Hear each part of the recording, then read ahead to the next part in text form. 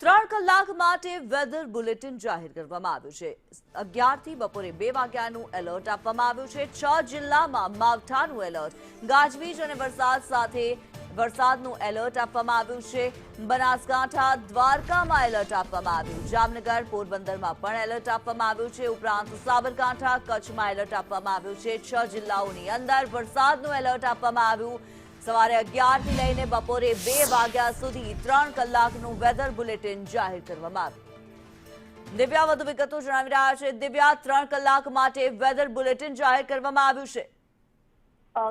3 કલાક માટે 6 જિલ્લાઓમાં એલર્ટ આપવામાં આવ્યું છે, જેમાં બનાસકાંઠા, દ્વારકા, જામનગર, પોરબંદર, સાબરકાંઠા અને સમગ્ર કચ્છ પંથકમાં ગાજવીજ અને પવન સાથે વરસાદ પડી શકે તેવી સંભાવના વ્યક્ત કરવામાં આવી છે। 2 વરસાદી સિસ્ટમ સક્રિય થઈ છે, તેના કારણે રાજ્યમાં વિવિધ જિલ્લાઓમાં વરસાદની આગાહી છે, પરંતુ 11 થી 2 વાગ્યા સુધી આ 6 જિલ્લાઓમાં વરસાદની આગાહી આપવામાં આવી છે, જેને લઈને લોકોએ સાવચેત રહેવા માટેની હવામાને અપીલ કરી છે।